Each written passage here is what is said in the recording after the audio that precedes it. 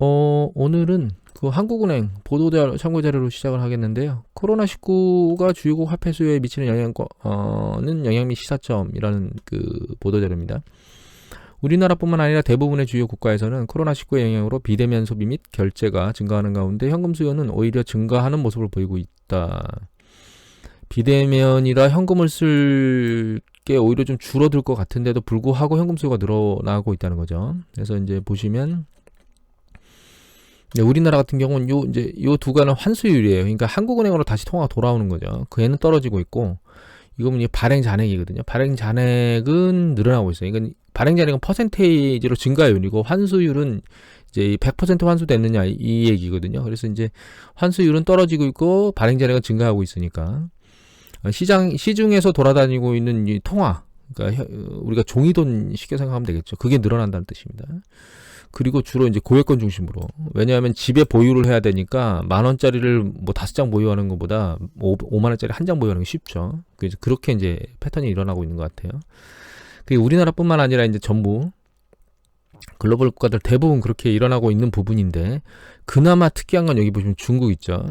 중국은 증가 추세가 확 초반에 늘어났다가 지금 둔화되고 있는 상황입니다. 평균 현금 보유 규모인데, 이건 이제 거래하려고 하고 들고 있는 것도 늘어났는데, 이제 예비용으로 들고 있는 게 굉장히 많이 늘어났어요. 이 부분을 보여드린 이유는 사람들이 심리적으로 불안하다는 걸 보여드리기 위해서 보여드린 거거든요. 결과적으로는 이제 그 현금을 최종적으로 들고 있으면 뭐든지 결제가 확실하니까, 그런 안정감을 위해서 현금, 특히 고액권의 보유 비중이 늘어나고 있는 것으로 보입니다. 한동안 건축 얘기를 좀 건설 얘기는 안 했었는데, 그 AIA에서 그 약간 그 건설업 쪽의 선행지수 쪽으로 볼 수 있는 그런 지표가 ABI가 나오는데, 그게 이제 8월달, 9월 조사에서 이제 8월께 나온 겁니다. 보시면 빌링이니까, 그러니까 뭐 매출이라고 봐야 될까요? 최종 이제 결제하는, 그러니까 청구서죠.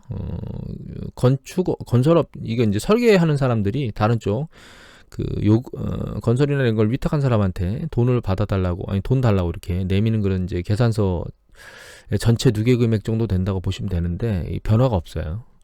그 대신 그나마 디자인에 대한 계약 자체는 일단 약간 늘어나고 있습니다. 수축 국면에 아직 있으니까 50 아래면 수축 국면에 있는 거거든요. 다른 데이터를 보면 이렇게 디자인 계약은 이제 많이 좀 수축 국면에서 좀 밀고 올라왔고, 이제 질의 같은 것들은 좀 확장 국면 위로 넘어서서 긍정적이긴 한데, 아직 매출과 관련된 부분은 수축 국면에서 이제 상승세가 둔화되어 있는 상황을 보이고 있고요. 지역별로는 큰 차이가 없습니다. 근데 섹터별로는 여기 보시면 이제 그 거주와 관련된 게 49.4로 거의 그 확장 국면 밑자락까지 왔고요. 공공이라든가 혹은 이제 상업이라든가 산업 영역 같은 경우는 정말 가장 그 안 좋은 섹터에 여기 보시면 이제 증가하다가 이제 멈춰 있는 상태거든요. 건설 쪽이 무조건 좋냐, 그런 것만은 아닌 것 같아요. 그나마 좋은 건 여기 보시면 이제 밑에 초록색인데, 이게 주거용 건축 그 지출이거든요. 근데 주거용 건축 지출이 이제 내려오다가 약간 머리를 들고 있고요. 전체적인 건축 지출은 하강 국면을 멈추고 있긴 한데, 비거주용은 하락하고 있고, 거주용이 약간 머리를 들면서 횡보를 만들어내서 주로 주택시장 쪽에서 건축을 떠받치고 있는 건 확실합니다. 그리고 여기 보시면 이게 그 건설 착공이라고 얘기를 해봐야 되겠죠. 건설 착공 같은 경우에 이제 이 2019년도부터 계속 추세가 빠른 속도로 올라왔었는데, 코로나 팬데믹 때 급감했다가 반등하긴 했는데 밑으로 꺾였습니다. 8월에. 그리고 그 착공 말고 수주 밑에, 그러니까 허가, 여기 밑에 보면 허가 초록색 허가낸 것도 올라가던 추세에서 급락했다가 반등하긴 했는데 옆으로 횡보했어요. 이 상황을 조금 지켜봐야 될 것 같아요. 그리고 이거는 완공이거든요. 빨간 건 완공인데, 이제 완공도 추세가 오르락내리락 하기 때문에 지금 이제 주택 부분에 대해서, 거주 부분에 대해서 추세가 계속 빠른 속도로 그러니까 코로나 팬데믹 이전에 있었던 추세를 다시 만들 것이냐에 대한 부분은 조금 상황을 지켜봐야 될 것 같습니다. 이거는 그 calculated risk 블로그.com에 나오는 그 호텔 그 객실 점유율인데요. 글로벌 금융위기 때 안 좋았던 객실 점유율보다 지금 상대적으로 그보다는 낮은 수준에 있는 거죠. 과거 추세 그 일반적인 정상 패턴의 추세에서 보면 이제 더 많이 낮고, 그래서 여름 휴가가 지난 이후에 상승 추세가 둔화되고 있는 상황입니다. 이것뿐만 아니라 사실 이게 부동산 얘기를 잠깐 보여드렸지만, 상업시설 같은 경우에는 이미 미국 상업시설이 이제 쓰나미처럼 쓸려 내려간 데가 많기 때문에 미국 경제가 심각한 상황에 있는 거는 맞는데, 이제 이미 누차 말씀드렸지만 주식시장이 여기 반응하지 않는 게 문제인 거죠. 이제 이걸 보여드린 이유는 뭐냐면, 강제적으로 막고 있다는 부분이 이런 영향을 미치고 있다는 걸 사실 알려드리기 위해서 보여드린 겁니다. 그리고 이거는 이제 그 동아 사이언스인데요. 락다운 이후에 경제가 재개되면서 경제가 좋아지는 것 같다가 제일 먼저 미국이 두들겨 맞고 이제 코로나 확산을, 그 다음에 이제 유럽이 2차적으로 그런 패턴으로 가고 있는데, 이게 겨울철이 접어들면서 정말 스물스물 뭔가 늘어나는 거 아닌가라고 하는 패턴이 보이는 것 같아요. 뭐 뉴욕주 하루 1000명 확진 뭐 이거 있는데, 이 이전에도 뭐 한 7, 800, 900 이렇게 왔다 갔다 하기 때문에 이건 이제 큰 문제는 이렇게 보도할 만큼은 아닌 것 같고, 프랑스 같은 경우에는 정말 폭발적으로 늘어나고 있는데, 보시면 이건 이제 월드오미터 데이터입니다. 보시면 이제 프랑스가 엄청나게 폭발적으로 늘어나고 있는데 잡히질 않고 있어요. 과거 팬데믹 정점에 있을 때가 한 4, 5천? 이건 잠깐 나온 노이즈라고 보더라도 4, 5천 정도가 다였는데, 지금은 보시면 거의 3배가 된 거죠. 그때보다 거의 3배 정도 나왔는데 잡힐 기미를 안 보여요. 근데 미국 같은 경우에도 잘 보시면, 이거 존스 홉킨스 데이터인데, 여기 보시면 이거는 이 파란색 선이 확진율이거든요. 확진율이 떨어지다가 최근에 확진율이 머리를 들고 다시 올라오고 있습니다. 그리고 확진자 수를 보면 여기 보시면 이제 감소 추세를 마감하고 다시 증가 추세로 터닝한 상태입니다, 현재.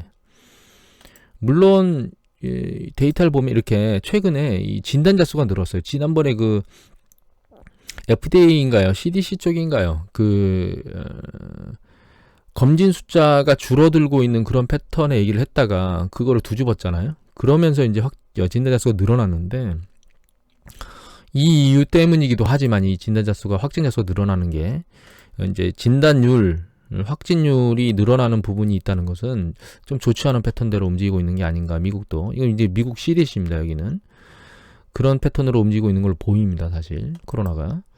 이거는 이제 유럽 CDC인데 프랑스만 난리를 치고 있는 건 아니고 다른 국가들도 난리를 이제 치고 있는데, 이제 일단 잡히지 않고 있다는 게 문제예요. 뭐 독일 같은 경우도 열심히 하고 있긴 한데 잘 안 잡히는 상태고, 그래서 추세가 이제 급격하게 늘어나고 있고, 지난번 팬데믹 이후에 2차 유행이 다시 이제 거쳐지고 있는 것 같습니다. 이거 YTN 기사인데요. 이건 동아의 사이언스 기사였네요. 이 YTN 기사인데, YTN 기사에 보면 유럽 곳곳에서 코로나 봉쇄에 항의가 번물치고 있답니다. 이게 가장 큰 문제인 것 같아요. 그러니까 코로나가 위험해서 코로나를 억제하려고 하는데, 문제는 한계점에 봉착했다는 겁니다. 사람이. 그러니까 그 일반 소비자들도 한계점에 봉착했지만, 이 사업을 하는 자영업자나 이런 사람들이 한계점에 봉착한 거죠. 영업을 못하게 만드니까 파산하게 생겼잖아요. 그러니까 자기 스스로 생활이나 먹고 사는 게 문제가 생겨가지고 결과적으로는 여러 곳에서 항의가 번물치듯 일어나고 있다는 거예요. 우리나라도 사실 자영업자분들께서 한계점에 봉착해 있는 분들도 많을 겁니다.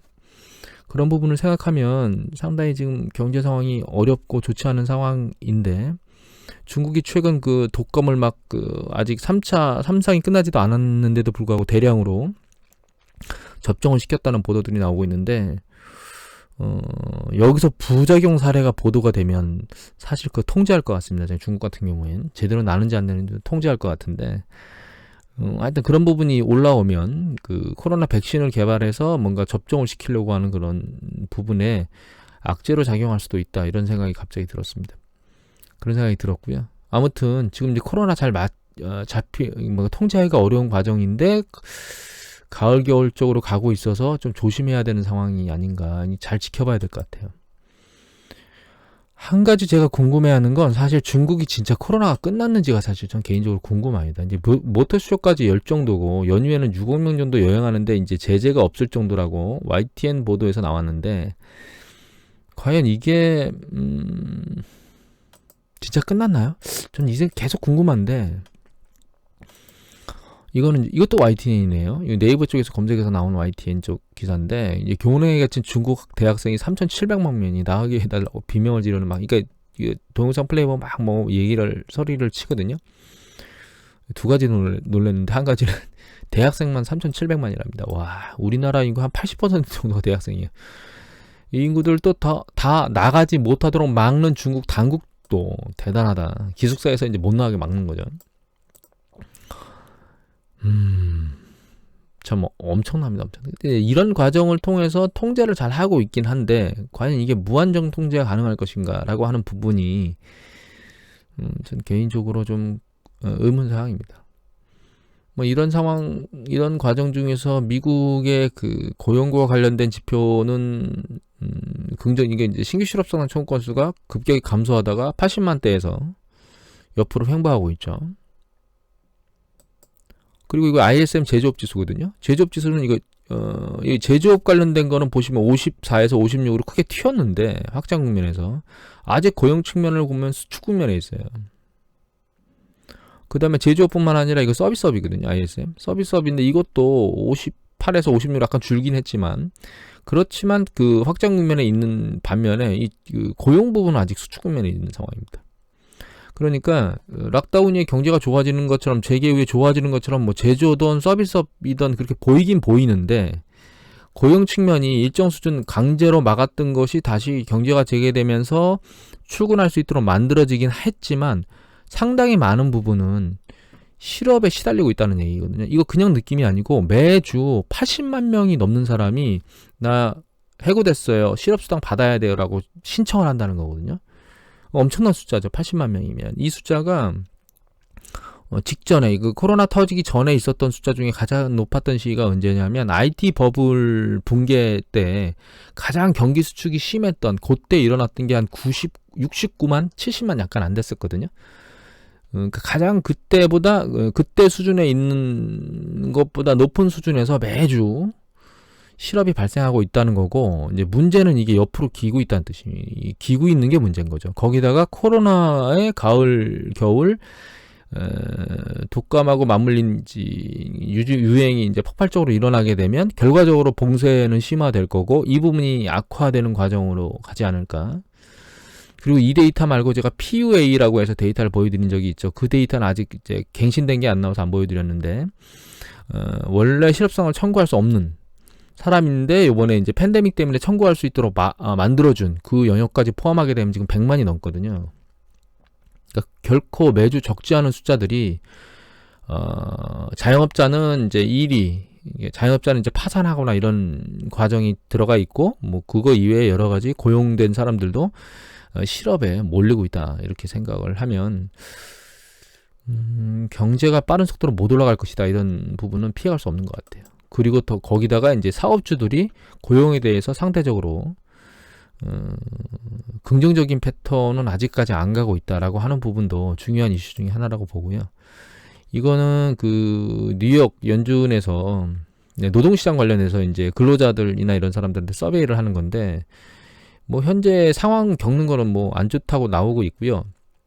이게 이제 나한테 일자리가 뭔가 올 수 있는 그런 기대감을 묻는 건데, 보시면 3월 이후에 아래로 급락했습니다.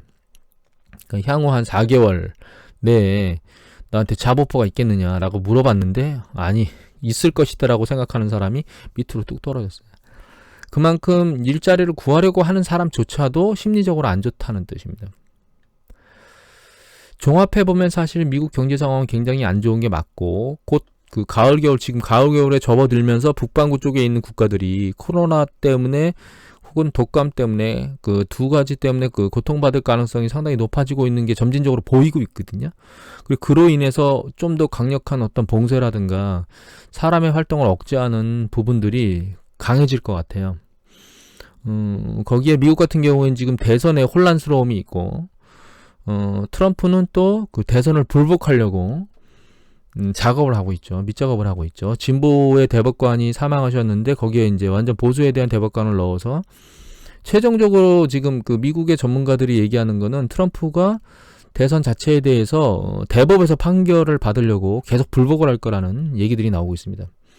그러면 이제 정치적 불안정성이 그 주식시장에 어떻게 영향을 미칠지는 판단하기가 좀 애매모호하기는 한데 긍정적인 부분은 아닐 것 같아요.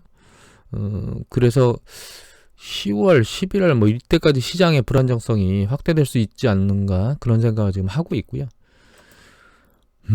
하나 지금 아직까지 그러니까 제 마음에 걸리는 거는 이게 이제 하이힐드 채권의 수익률 움직임이거든요. 근데 이제 그 코로나 팬데믹 이후 이렇게 급등했는데 통상적으로 이렇게 뭔가 금융시장이 불안정성하게 뛸 때는 이때는 좀 상대적으로 덜했지만 글로벌 금융 때는 이렇게 급등해서 올라갔거든요. 그러니까 역시 이제 하이힐드 채권이 주식시장하고 맞물려서 움직이는데 최근 주식시장이 내려간 것에 비하면 이게 밑으로 이제 떨어진 거에 비하면 이 이제 상승 추세 하이힐드 채권의 수익률 상승 추세는 급격하질 않아요. 그래서 이 추세를 좀 더 지켜봐야 되겠는데 지난번 이제 여기서 큰 변동, 그러니까 높은 수준에서 밑으로 한번 떨어진 이후에 이거 이 부분을 돌파하지 못하고 있거든요.